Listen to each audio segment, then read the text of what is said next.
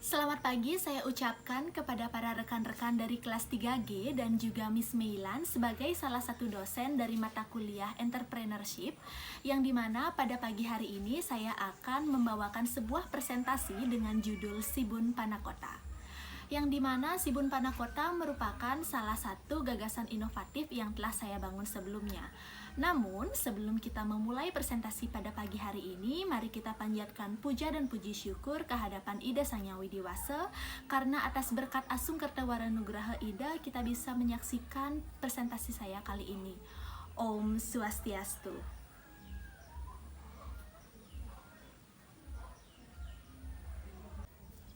Pertama-tama, mari kita mulai dengan beberapa pertanyaan yang telah saya dapatkan dari teman-teman saya mengenai tentang apa itu Panakota. Dan yang kedua tentang bagaimana sejarah Panakota itu sendiri. Dan yang ketiga adalah apa sih perbedaan Panakota dan puding itu? Pertama, kita akan mulai tentang sejarah Panakota itu sendiri. Nah, sejarah Panakota itu sendiri pertama kali diketemukan oleh seorang wanita pada tahun 1960, yang dimana seorang wanita tersebut tinggal di kawasan Langhi, kota Piemonte, Italia Utara. Lantas, mengapa Panakota memiliki perkembangan yang begitu pesat? Ya, dikarenakan bahan utama pembuatan Panakota itu sangatlah mudah, yaitu krim, gelatin, dan juga gula. Lantas, apa sih perbandingan antara Panakota dan juga puding? Ya, perbandingan antara Panakota dan puding terletak pada tekstur, rasa, dan juga bahan utama. Nah, dari tekstur antara Panakota dan puding sangatlah berbeda. Mengapa? Karena ini dipengaruhi oleh komposisi mereka, yaitu Panakota terletak pada krim, sedangkan puding terletak pada susu. Dan rasa pada Panakota tidak begitu manis, sedangkan pada puding sangatlah manis. Dan yang terakhir adalah bahan utama. Seperti yang telah saya katakan sebelumnya, bahwa bahan utama pembuatan dari Panakota itu sendiri adalah krim dan juga gelatin. Sedangkan pada puding, bahan utama pembuatan puding yaitu susu dan juga rumput laut. Dan selanjutnya kita lanjut tentang apa sih Sibun Panakota itu. Banyak sekali ya yang mempertanyakan dari maksud akronim Sibun Panakota itu sendiri kepada saya. Dan di sini saya ingin memaparkan kepada kalian sebenarnya apa Sibun Panakota itu sendiri dan kenapa ide ini bisa tercipta begitu saja. Baik, di sini saya akan menjawab pertanyaan dari rekan-rekan sekalian tentang apa sih maksud dari akronim Sibun Panakota itu sendiri.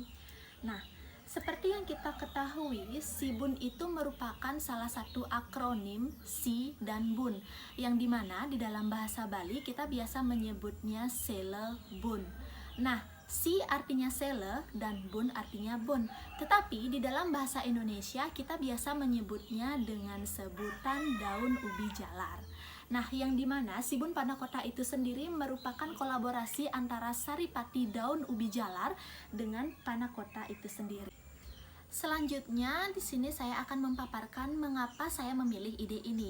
Nah, seperti yang kalian lihat pada layar laptop saya, di sini telah terkompilasi beberapa alasan saya mengapa saya memilih ide ini. Mulai dari ingin memperkenalkan manfaat dari daun ubi jalar ini. Lah, kenapa ingin memperkenalkan? Ya, dikarenakan saya telah membuktikannya sendiri. Dan sebelumnya saya telah mengkonsumsi daun ubi jalar ini secara berkesinambungan dan mendapatkan manfaat yang luar biasa. Dan yang kedua adalah ingin mengkolaborasikan dessert kelas atas sekelas Panakota dengan cita rasa khas pedesaan. Lah, kenapa harus cita rasa khas dari pedesaan? Ya, dikarenakan daun ubi jalar ini sendiri hanya bisa didapatkan dari kawasan pedesaan saja. Dan yang ketiga, ide ini sangat langka. Mengapa harus langka? Ya, dikarenakan tidak seorang pun, bahkan tidak ada satupun yang ingin mengkolaborasikan antara saripati daun ubi jalar dengan dessert sekelas Panakota ini. Karena mereka mungkin masih memiliki pola pikir yang tidak bisa dibayangkan sebelumnya dan kurang mencari beberapa referensi-referensi secara umum bahwa daun ubi jalar tersebut tidak hanya mungkin bisa digunakan sebagai sayuran, namun bisa dikolaborasikan bersama dengan cita rasa manis dari dessert tersebut. Dan yang keempat, prioritas utama saya yaitu kesehatan. Seperti yang kita ketahui, kita hidup di tengah masa pandemi seperti ini, yang dimana kesehatan merupakan salah satu variabel terpenting yang harus kita jaga dalam memenuhi kebutuhan asupan nutrisi harian. Dan yang terakhir adalah mempersembahkan terobosan dalam bentuk menginovasikan panna cotta atau dessert itu sendiri. Kenapa ingin memberikan terobosan dalam menginovasikan rasa dan juga perpaduan antara saripati daun ketela rambat dengan panna cotta itu sendiri? Iya, seperti yang saya katakan sebelumnya, terobosan inovasi ini telah memiliki relasi terhadap alasan pertama, kedua, ketiga, dan juga keempat. Dan di sini saya juga ingin memberikan kalian beberapa informasi penting terkait dengan Shibun panna cotta, mulai dari bahan utama yang saya gunakan. Nah, di sini bahan utama yang saya gunakan, saya menjaminnya bahwa bahan tersebut 100% alami, yang dimana bahan utama itu diperoleh langsung melalui tangan petani, dan juga keamanan proses produksi.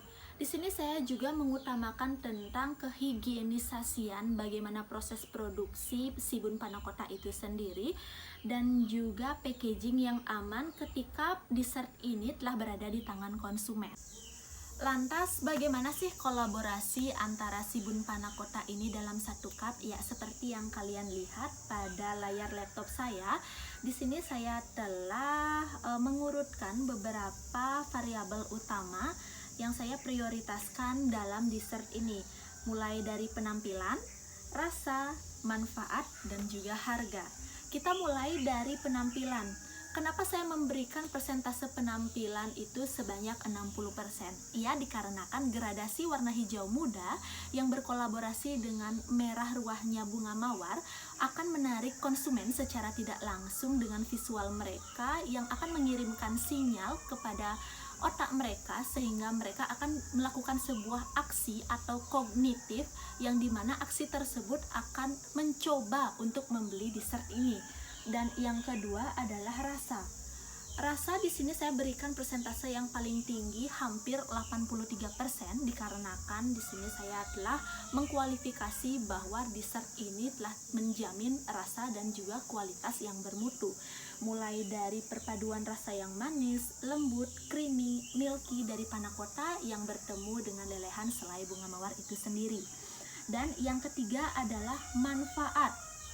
Di sini saya memberikan persentase manfaat sebanyak 80%, yang dimana manfaat tersebut telah saya korelasikan dengan pengalaman saya sebelumnya, yang dimana dalam satu cup Shibun panna cotta itu sendiri konsumen bisa mendapatkan manfaat yang seperti vitamin A, B, C, D, K, tiamin, kalsium, zat besi, beta karoten, antioksidan, asam folat, protein, riboflamin, dan juga niacin. Oh iya, di sini saya akan memaparkan tentang apa sih kegunaan dari kandungan-kandungan saripati daun ketela rambat itu dalam satu cup Shibun panna cotta. Nah, mulai dari tiamin. Tiamin itu merupakan salah satu vitamin B1 yang dimana membantu metabolisme tubuh di dalam tubuh kita. Dan untuk beta karoten itu hampir mirip seperti senyawa antioksidan yang melindungi kulit kita dari paparan sinar radiasi, dan juga mampu meningkatkan imunitas tubuh kita. Dan asam folat itu sangat dibutuhkan untuk ibu hamil, khususnya untuk perkembangan otak janin. Dan untuk riboflamin itu sendiri sama seperti B2, yang dimana fungsi dari riboflamin itu mampu mengubah nutrisi makanan menjadi energi. Dan yang terakhir adalah niacin. Niacin itu sendiri hampir sama seperti vitamin B3, yang dimana vitamin B3 itu berfungsi dalam memperbaiki sel-sel DNA yang rusak. Dan yang terakhir adalah harga. Ya, saya memberikan persentase harga sebanyak 55%. Dikarenakan saya mengestimasikan harga dari satu cup Shibun Panakota ini seharga Rp15.000 saja. Tidak begitu murah dan juga tidak begitu mahal. Standar untuk bisa didapatkan serta dirasakan oleh konsumen dengan rasa, kualitas, dan juga manfaat yang luar biasa dalam satu cup. Dan selanjutnya akan saya lanjutkan dengan marketing proses dari Shibun Panakota ini, mulai dari sistem STP, segmenting, targeting, dan positioning. Segmenting, penempatan tentang produk Shibun Panakota ini telah saya kualifikasikan sebagai produk kelas menengah. Dan targeting, sasaran konsumen saya mulai dari anak-anak, remaja, dan juga orang dewasa. Dan yang ketiga adalah positioning, memposisikan dari keistimewaan produk saya yang berorientasi dari manfaatnya, yang dimana produk ini akan mudah dikenali dengan bahan utamanya yaitu saripati daun ketela rambat itu sendiri yang berkolaborasi dalam satu cup Panakota.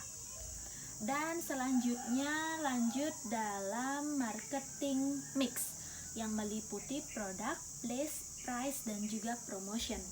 Yang pertama adalah produk. Kualifikasi dari produk Shibun Panakota ini merupakan kualifikasi dari produk kelas menengah. Mengapa kelas menengah? Ya, dikarenakan saya tidak mematok bahwa produk ini tergolong ke dalam produk kelas menengah ke atas, dikarenakan keistimewaan produk yang sudah saya rangkum sedemikian rupa telah menghasilkan suatu kualifikasi bahwa produk ini merupakan salah satu produk kelas menengah. Yang kedua adalah place. Dalam memasarkan produk ini kami tidak membuka kedai dan kami juga melayani pemesanan melalui home service dan juga COD. Dan yang ketiga adalah price. Jangan khawatir, sebelumnya telah saya informasikan kepada kalian semua bahwa dalam satu cup Shibun Panakota itu bisa kalian dapatkan seharga 15.000 saja. Tidak begitu rendah dan juga tidak begitu tinggi, dan saya harap semua konsumen bisa menikmatinya dengan cita rasa yang khas dan juga spesialisasi dari satu cup Shibun Panakota itu sendiri. Dan yang terakhir adalah promotion. Nah, di sini saya menggunakan sistem promosi door to door untuk pertama kalinya, yang dimana saya ingin mendapatkan masukan dari teman-teman saya tentang bagaimana rasa dari Shibun Panakota ini sendiri. Dan yang kedua juga saya menggunakan sistem promosi melalui sosial media seperti Instagram, WhatsApp, Line, dan juga Facebook. Itulah marketing proses dari produk Shibun Panakota yang di sini akan saya lanjutkan dengan tentang produk, antara keunggulan dan juga kelemahan dari produk Shibun Panakota. Kita mulai dari keunggulan dari produk Shibun Panakota itu sendiri. Yang pertama adalah terbuat dari 100% bahan alami. Dan yang kedua adalah manfaat yang luar biasa bisa kalian dapatkan dalam satu cup Shibun Panakota itu sendiri. Dan yang ketiga adalah kualitas rasa yang sudah terjamin seperti yang sudah saya paparkan sebelumnya. Dan yang keempat adalah dessert yang praktis yang tidak akan membuat Anda rewel kemanapun Anda membawanya. Dan yang terakhir di sini adalah kelemahan dari produk Shibun Panakota ini, mulai dari undurable product. Ya, dikarenakan produk ini tidak bisa bertahan lama dalam suhu ruangan, tetapi ia akan tahan sampai dengan 3 hari lamanya jika kalian bisa menyimpan produk ini dalam lemari pendingin atau refrigerator. Dan yang kedua adalah kekuatan rasa yang masih lemah. Lah, kenapa rasa yang masih lemah? Iya, dikarenakan kita di sini perlu mengkolaborasikan rasa-rasa lainnya dalam satu cup Shibun Panakota itu sendiri. Tetapi jangan khawatir, kami tidak akan menggunakan perasa sintetik, pewarna, dan juga pengawet. Dan yang ketiga adalah made for order. Iya, seperti yang sudah saya katakan sebelumnya bahwa produk ini merupakan salah satu bagian dari undurable product, maka produk ini akan dibuat hanya untuk pemesanan saja. Kita tidak akan menstok karena kami tidak akan ingin membuat konsumen kami kecewa dengan kualifikasi serta kualitas dari produk kami itu sendiri. Dan yang keempat adalah bahan organik yang susah didapatkan atau musiman. Mengapa? Iya, daun ketela rambat itu sendiri merupakan salah satu tanaman musiman, yang dimana para petani di kawasan pedesaan hanya akan menanam daun ketela rambat ini ketika musim kering dan juga memasuki masa musim penghujan saja. Sekian dari presentasi gagasan inovatif dengan judul Sibun Panakota yang telah saya bangun sebelumnya. Sampai pada hari ini kita sampai dengan pada kesimpulan dari akhir presentasi ini. Kesimpulannya mulai dari relasi antara produk dan juga konsumen, yang dimana keistimewaan produk kita telah didapatkan oleh konsumen sehingga konsumen percaya bahwa produk itu sangat dibutuhkan olehnya.